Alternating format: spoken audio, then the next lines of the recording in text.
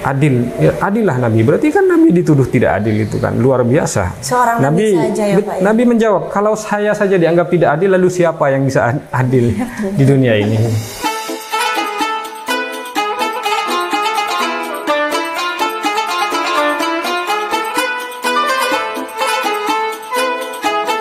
Assalamualaikum warahmatullahi wabarakatuh. Marhaban ya Ramadan teman-teman. Alhamdulillah kita dapat bertemu kembali dalam kajian rutin Ramadan, tentunya bersama aku Sherly dan juga pemateri kita yang sangat luar biasa, Bapak Ahmad Bahrul Razi. Assalamualaikum Bapak. Waalaikumsalam Mbak Sherly. Apa kabar nih Pak? Baik Mbak Sherly, gimana?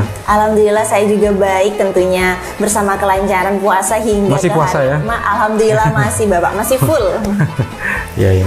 Kalau misalnya untuk kaum Adam nih Pak, tidak perlu dipertanyakan lagi ya. Tapi kalau misalnya untuk kaum Hawa nih, mungkin dapat dipertanyakan. Wajar bertanya gitu. Iya, wajar bertanya. Tapi alhamdulillah Pak, saya masih belum pernah belok ke warung Pak selama ini. Oh iya. Alhamdulillah. Kita masih dalam pembahasan yang sama ya Pak ya, pokok pembahasan yang sama terkait akidah. Tapi tentunya dengan sub pembahasan yang berbeda, sedikit berbeda dari yang kemarin, karena kemarin di episode ketiga kita membahas terkait ruang lingkup akidah, dan di episode kali ini kita akan membahas terkait penyimpangan-penyimpangan dari akidah itu sendiri ya Pak ya.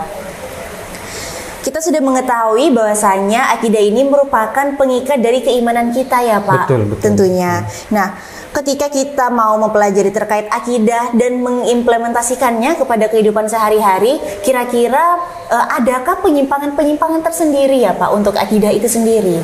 Ya, pasti, karena akidah itu kan pondasi ya, dasar yang menentukan seluruh aktivitas kita, baik itu ibadah, muamalah, kehidupan bernegara, politik dan sebagainya. Itu semuanya bergantung kepada akidah.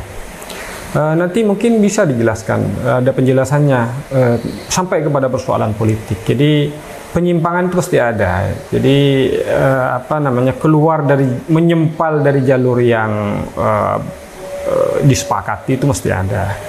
Apa penyebabnya itu ada juga. Yang pertama yang menyebabkan orang itu menyimpang atau tadi ya bahasa sederhananya sesat, itu ya kebodohan.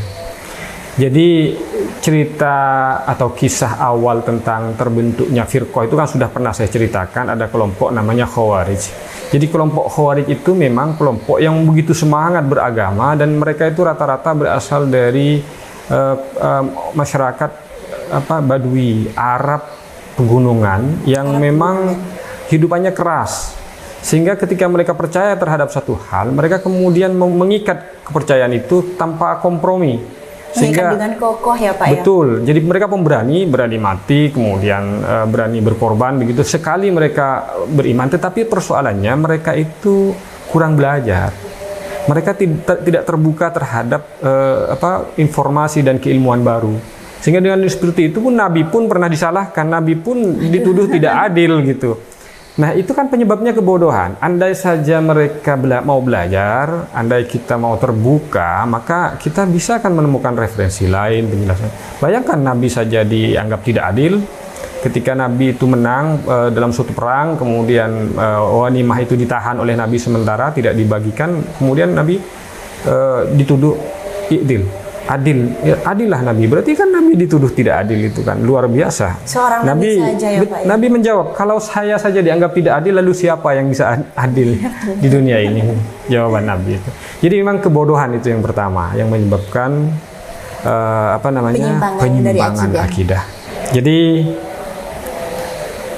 ya termasuk membenturkan nas itu, karena kita tidak pahaman sebenarnya apa yang makna hakiki, makna majazi dan sebagainya itu Mbak Sherly. Salah dua, masih banyak lagi sebenarnya.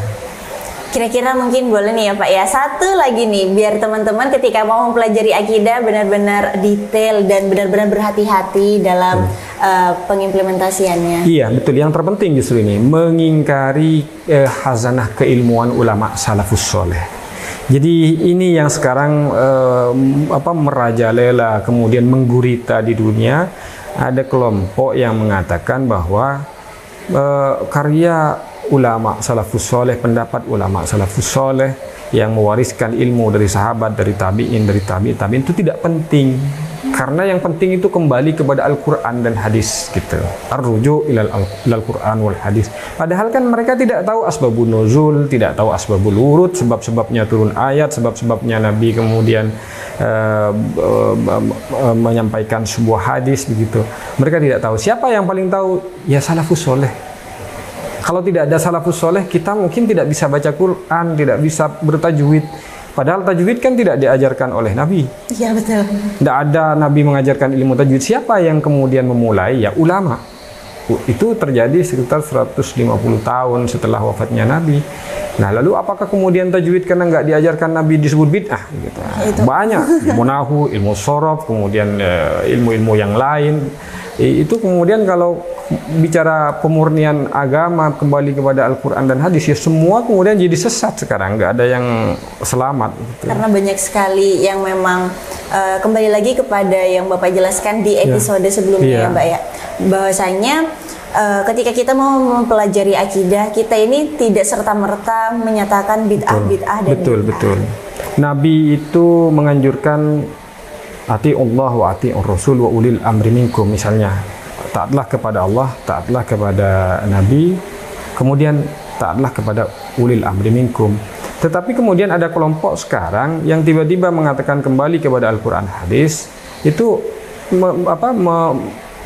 mendoktrin manusia atau orang lain untuk tidak patuh kepada negara. Padahal sudah jelas dalam kitab Al-Wajiz misalnya Al-Ghazali mengatakan yaquluna anna ta'ata ulil amri aslun azimun min usulil aqidah. Jadi bahkan taat kepada pemerintah yang sah itu merupakan prinsip pokok di dalam prinsip-prinsip berakidah. Nah, jadi kalau ada kelompok sekarang itu misalnya anti kepada negara dan sebagainya, itu gara-gara ya itu sesat sebenarnya. Kalau bicara akidah itu sesat karena keluar dari tarekat, dari cara berpikirnya, cara keilmuannya ulama salafus soleh. Salafus soleh yang bernama Ahlus Sunnah wal Jamaah itu dari dulu kalau ada pemerintah yang sah ya taat begitu, mengakui begitu.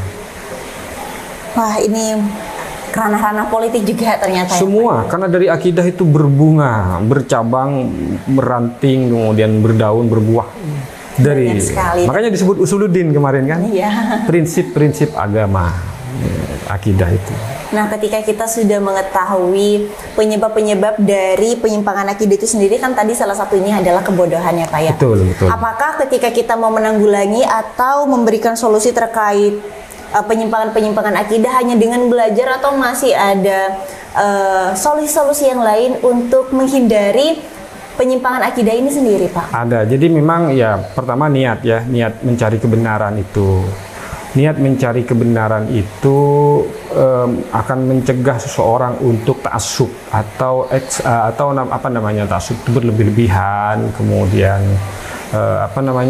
hanya mementingkan atau membenarkan kelompoknya sendiri, kalau tidak penting, kalau bukan dari kelompoknya sendiri kemudian sesat, kafir dan sebagainya. Itu niat sebenarnya. Ada banyak orang itu kan berbicara agama tidak berbicara kebenaran.